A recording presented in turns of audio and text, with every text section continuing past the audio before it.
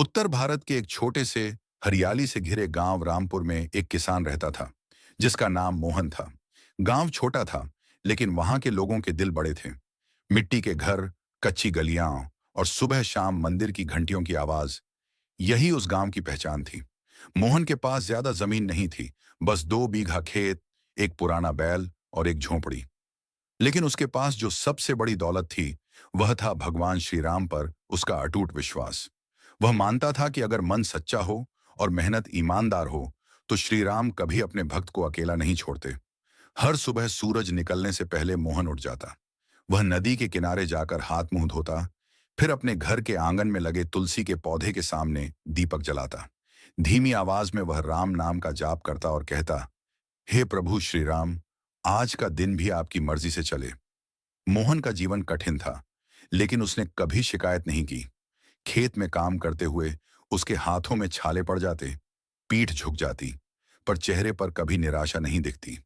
गांव के कुछ लोग उसका मजाक उड़ाते, राम राम करने से पेट नहीं भरता मोहन। मोहन मुस्कुराकर बस इतना ही कहता, पेट मेहनत से भरता है और मन राम नाम से। उसी गांव में सीता नाम की एक लड़की रहती थी। वह अपने माता पिता की इकलौती संतान थी। सुंदरता में सादगी थी और व्यवहार में संस्कार। वह अक्सर कुएं से पानी भरने जाती तो रास्ते में मोहन को खेत में काम करते देखती। सीता को मोहन की मेहनत, उसका संयम और उसका विश्वास बहुत अच्छा लगता था। जहां दूसरे लोग कठिन समय में भगवान को कोसते थे, वहीं मोहन और भी ज्यादा श्रद्धा से श्री राम का स्मरण करता था। धीरे धीरे सीता के मन में मोहन के लिए सम्मान ने प्रेम का रूप ले लिया। यह प्रेम चुप था, शांत था, लेकिन गहरा था। एक दिन गांव में कीर्तन का आयोजन हुआ। मंदिर में रामायण पाठ हो रहा था। मोहन सामने बैठा था, आंखें बंद करके चौपाइयां सुन रहा था। सीता पीछे बैठी थी। उसने देखा, मोहन की आंखों से आंसू बह रहे थे।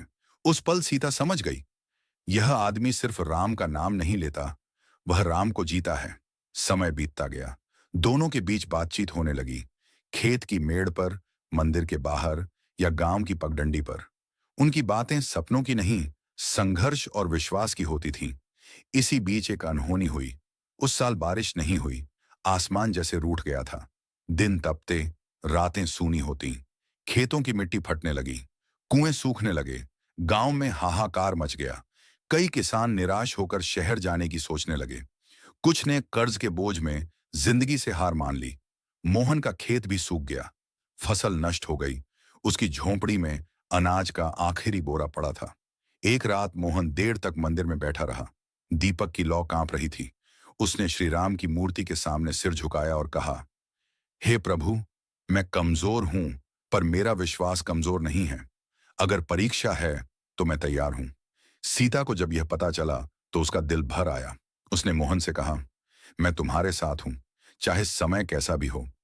यहीं से शुरू होती है विश्वास की असली परीक्षा। सूखे ने गांव की रग रग तोड़ दी थी। लोग कहते, अब कुछ नहीं हो सकता, लेकिन मोहन ने हार नहीं मानी। उसने सोचा, अगर आसमान से पानी नहीं आया तो जमीन से निकालूंगा। वह रोज सुबह से रात तक कुएं से पानी निकालता। बाल्टी बाल्टी पानी एक एक पौधे को सींचता। लोग उसे पागल कहते, इतनी मेहनत बेकार है। लेकिन मोहन हर बार मन ही मन कहता, राम की परीक्षा है, राम ही रास्ता दिखाएंगे। सीता भी उसके साथ थी। वह घर का सारा काम करके मोहन के लिए खाना लाती, उसका हौसला बढ़ाती। एक शाम उसने कहा, मोहन, प्रेम सिर्फ सुख में नहीं, संघर्ष में भी साथ निभाने का नाम है। मोहन की आंखें भर आईं। रातें कठिन थीं, कभी भूख कभी डर, लेकिन हर रात मोहन रामायण का पाठ करता। एक अमावस की रात, जब आसमान पूरी तरह काला था, अचानक हवा चलने लगी। बादल गरजे, बिजली चमकी और फिर बारिश। ऐसी बारिश जैसे वर्षों की प्यास बुझा रही हो। मोहन बाहर निकला, भीगता रहा। आंखों से आंसू और बारिश का पानी एक हो गया। उसने हाथ जोड़कर कहा, जय श्री राम। अगले कुछ हफ्तों में खेतों की तस्वीर बदल गई। सूखी जमीन हरी होने लगी, पौधे लहलहाने लगे। मोहन की फसल पूरे गांव में सबसे अच्छी हुई। वही लोग जो उसे पागल कहते थे, अब उसके सामने सिर झुकाने लगे। गांव वालों ने समझा, विश्वास और मेहनत साथ हों तो चमत्कार होता है। सीता और मोहन का विवाह सादगी से हुआ, मंदिर में, श्री राम के चरणों में। मोहन ने विवाह के बाद कहा, यह सफलता मेरी नहीं, मेरे राम की है। उनका जीवन सुख, सेवा और श्रद्धा से भर गया। कहानी की सीख, जो व्यक्ति प्रेम, परिश्रम और भगवान पर विश्वास को कभी नहीं छोड़ता, जीवन अंत में उसी के चरणों में झुकता है।